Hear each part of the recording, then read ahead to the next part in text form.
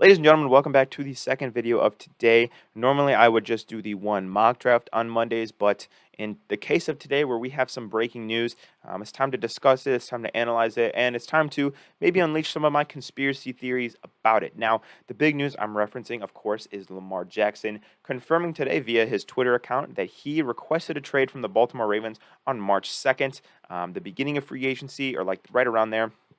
And it's interesting to know that because there's been a lot of reports lately saying that, oh, he's not happy with the Ravens. He would prefer to leave the Ravens. If he was unrestricted, he would have signed with somewhere else, et cetera, et cetera. So looks like those reports were true, and he is unhappy with the Ravens. The interesting thing to me is that he requested the trade on March 2nd, and since then the Ravens have signed Nelson Aguilar and done nothing else, pretty much. So today we're going to kind of go into the logistics of Lamar Jackson being traded, where he could be traded to, what he could be traded for, what teams would be willing to give him the big contract he's been wanting. But before we do that, please make sure to subscribe if you haven't already. We have just hit 78 subscribers, and go check out my mock draft video that I made today. It ties into a lot of what I'm going to be talking about in this video. So if you want to finish this video and then check out the mock draft, I'd recommend, or maybe pause this video, open up a new tab, click the mock draft video, watch the mock draft video, come back, whatever you want to do. However, if you got double monitors, maybe watch me at the same time. If you're like Barry Allen and you can process all that information, do that. Whichever way works for you. Just make sure you get to that. But in all seriousness, Lamar Jackson has requested a trade, and the reason for that is because he does not feel the Ravens are giving him the contractual value that he thinks he deserves. He wants the bigger contract. He even said in his tweet that it's a business decision. And very interesting. So let's look at some teams right off the bat that fit the qualifications for Lamar Jackson. So to fit into the Lamar Jackson sweepstakes, you have to A, obviously have a big need at quarterback. B, have the dough to spend big on a quarterback. C, have the draft capital to entice the Ravens enough to trade him to you. And when you go into that criteria, that narrows it down to a few teams. It narrows it down to, the Falcons, to the Colts. You could say maybe the Texans. I'm going to get rid of the Texans, though, because I don't know why they would spend that much money and give up that much capital to trade for Lamar when they're about to take either Bryce Young or C.J. Stroud. So we're going to get rid of the Texans. That leaves essentially just the Falcons and the Colts. And in my opinion, we're going to even get rid of the Falcons because I don't know that they are that desperate at quarterback. I think Desmond Ridder, for whatever it's worth, is going to be their guy this year. So whatever. All right, so let's talk about the Colts for a second. The Colts currently have the 4th overall pick, which is good enough value for the Ravens, but it is not good enough to land one of the top 2 guys quarterback-wise.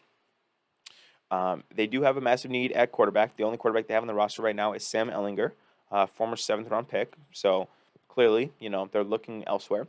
Additionally, their owner, Jim Irsay, and if I've said it once, I've said it 1,000 times, he is, for lack of a better term, aggressive. And pulling off a trade like this, which would send shockwaves throughout the entire, I would say even sports world, not just football, would be something right up his alley, and he's looking for that attention. So let's talk about how this could go down. So essentially, the Ravens have given Lamar the non-exclusive franchise tag, which in a nutshell means that if any team gives him an offer, the Ravens can match that offer. And if the Ravens choose not to match that offer, they would get 2 first-round picks in exchange for Lamar Jackson. So Lamar Jackson would sign with that new team. The Ravens would get 2 of their first-round picks. If Lamar Jackson's asking to be traded, what the Ravens could do essentially is just say, hey, the Colts offer him a contract. The Ravens can say, hey, we're going to just keep matching the contract offer until you trade us something that we would like, something more, something, more in addition to the I'm just getting a tweet from Ian Rappaport that says that he was apparently negotiating. He was apparently negotiating with a team. Sorry to knock me off my tangent there. But so the Ravens have a lot of power here. They will get nothing less than 2 first-round picks for Lamar Jackson, however they play this, if they trade him. So I think the only logical team would be the Colts, who could give up more. You can give up, maybe a Michael Pittman.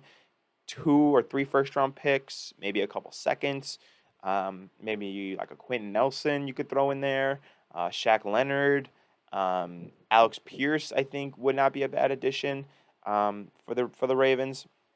But it's very interesting. So I also want to think that, talking about contractually, um, Lamar Jackson wants a lot of money, and that's fair. I think he deserves a lot of money, but I think we're really seeing the the negative after effects of Deshaun Watson in two regards.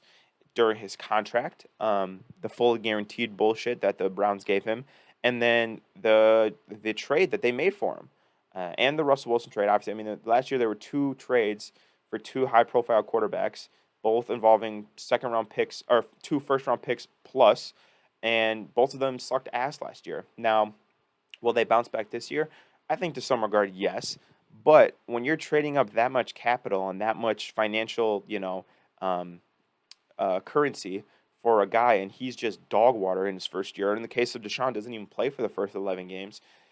It's it's kind of automatically a loss, to have already one lost season. So I think it's scaring some teams away, but I think the Colts again are desperate enough, are greedy enough, are stupid enough, aggressive enough, whatever you want to say, to go ahead and make that trade. So my prediction would be if he gets traded, that Lamar goes to the Colts for the fourth overall pick, another first round pick, a second or third something, and then a few players. Um, but my guess is that no teams want to bite the bait too hard. They hold off on Lamar Jackson. He plays this year on the non-exclusive franchise tag. Excuse me, the non-exclusive franchise tag, and then next season we kind of go through this whole process again where Lamar is a free agent.